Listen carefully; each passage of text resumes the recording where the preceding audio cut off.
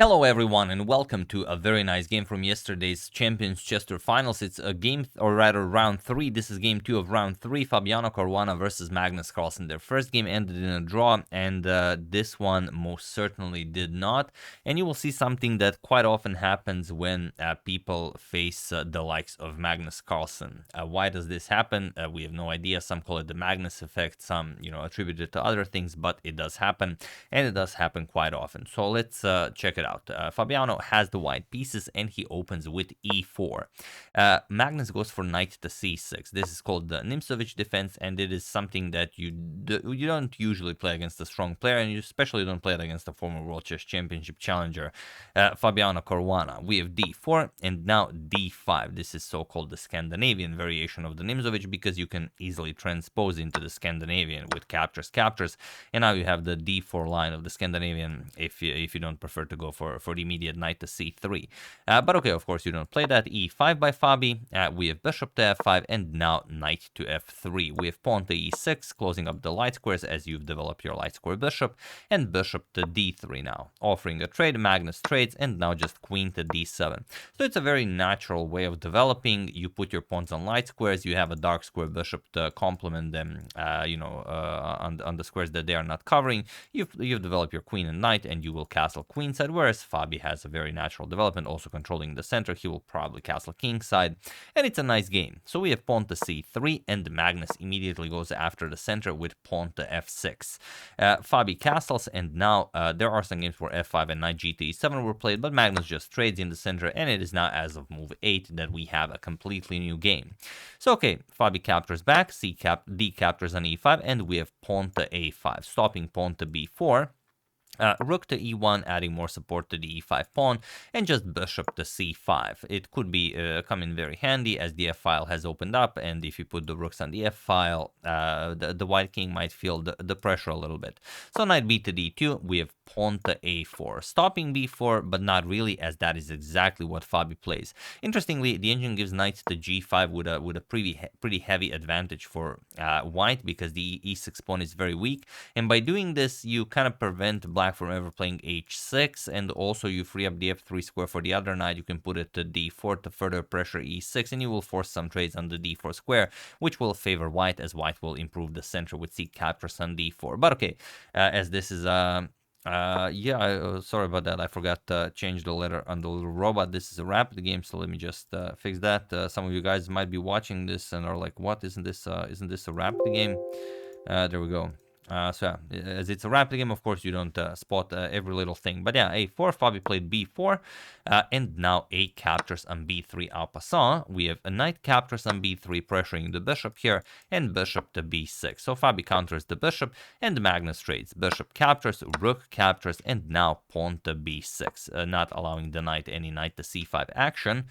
We have knight to g5 now from Fabi, and knight g to e7, hoping to get the knight to f5, and Fabi now has to decide, does he capture on h7, or is it maybe a bit too much, giving Magnus the semi-open h-file? Interestingly, it is the top move recommended by the engine, and you know that Fabi always plays that top move recommended by the engine, so he goes for it. Knight captures on h7, not afraid of the boogeyman. We have knight to f5 going after the rook, rook to h3. You have to defend your rook because now the queen is no longer doing that job. And now you'd probably expect something like knight captures on e5. It's what you would play, it's what I would play, is the strongest move recommended by the engine. It just looks so clean. Knight captures, attacks the queen moves, you put the knight somewhere on g6, let's say, but not Magnus. He plays king to d8. He just wants to put his king to b7 and enjoy an attack on the king side, not really caring about that e5 pawn. And now, if Fabi wasn't impressed by this king to d8 move, and if anyone else played it other than Magnus, he would just play pawn to f4, defend the pawn, and the game continues. Nothing spectacular happening here. But because Magnus played it, Fabi says, all right, f4 might not be such a great idea. Or he probably thought that maybe Magnus had something else in mind. Maybe he was just bluffing. That being said, he does not play pawn to f4. He goes pawn to a4, and now Magnus just captures on e5. So now knight captures on e5, attacks the queen, queen to e2, and now knight to g6. Now the Rook is defended, so you don't have to worry if the knight moves. Queen to g4, and now knight to e5, further harassing the queen. Queen to f4, and knight back to f7 now. We have pawn to a5, and now king to c8 by Magnus. And again, if this was anyone else, Fabi would just trade here. For example, a captures on b6, rook captures on a1 with check, knight captures, pawn captures, and that's it. Okay, let's say knight to c2. The knight wants to join the attack. The king will be placed on b7. And the game continues with, chances for both sides. However, after king to c8, Fabi played rook to e1. And Magnus said, okay, thank you for the free passed pawn, and played b captures on a5.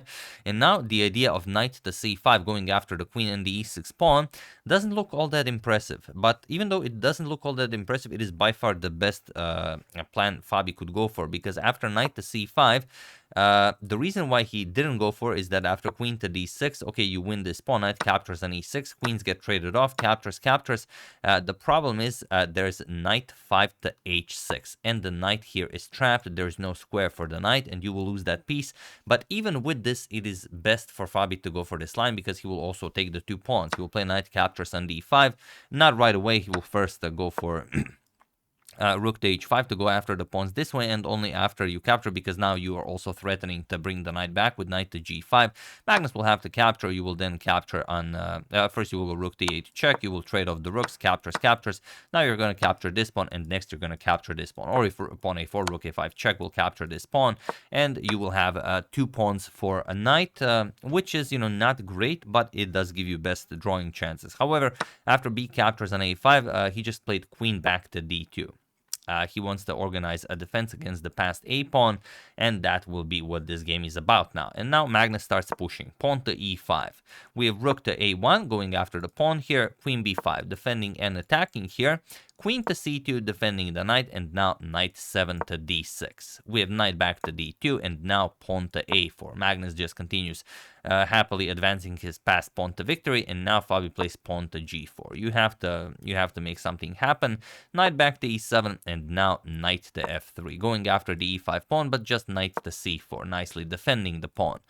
We have knight f to g5, and now pawn to a3. Magnus continues advancing the pawn, knight f7, and now just rook to e8. We have knight h to g5, finally getting this knight back into the game, and queen to b2. Magnus now offers a rook trade, a queen trade, and you cannot go for this, as the passed b pawn will be too powerful. So queen to d1 was played, now pawn to a2. And that's pretty much all there is. The pass pawn is now much too powerful, as even all the tactics work in Magnus's favor. We have knight to e6.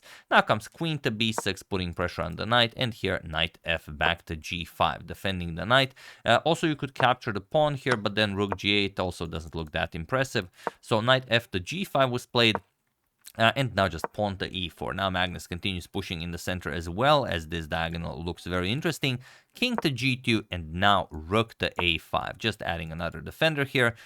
We have knight captures on g7, finally winning that pawn, but now rook to f8, putting pressure on that f2 pawn, so you really need to defend it. Queen to e2, defending the pawn, and now Magnus played queen to b1, and he was in this position on move 39 that Fabiano Caruana resigned the game, as there is nothing more to be done here. The first game ended in a draw, second game was won by Magnus with the black pieces, which means Magnus wins the match. And also, he defeated Hikaru Nakamura in the second match. He drew the first 2 rapid games, and then he won in Armageddon, which is something very few people have accomplished, defeating Fabiano Caruana and Hikaru Nakamura on the same day. But yeah, that is just Magnus things. So here you resign because queen captures on a1 will win you the rook. Of course, if you capture the queen, then just you bring another queen into the game. And other than that, then there's really not much you can try. If you go something back, queen to e1, you simply trade here, captures, and you bring a queen into the game. White will have to give up a rook, and now you're just going to be up a full rook. So whatever you do here, you're just dead lost. So of course, after queen b1, he resigned, and a very nice victory for Magnus Carlsen. Once again, displaying the Magnus effect, where even a player a former a current 2800 like Fabiano Caruana, and also a former World Chess Championship challenger, falls a victim to the deadly Magnus effect, where you just don't trust yourself enough to play against Magnus. So yeah, that's the game. Hope you guys enjoyed it. If you have any other favorites from rounds 3 or 4, do use hashtag suggestion, and I will gladly go over them. I would like to thank David Gasparian, Albert Villardel, Nathan, I love you, Dad, Milos Knežević, and Treats for Medo for your contribution to my channel. Thank you a lot. I really appreciate it. As usual, you can check 2 of my previous videos here. Thank you all for watching, and I will see you soon, continuing to check up on your wonderful suggestions and whatever else happens in the chess world. So thank you all. I will see you soon, and have an excellent rest of your day.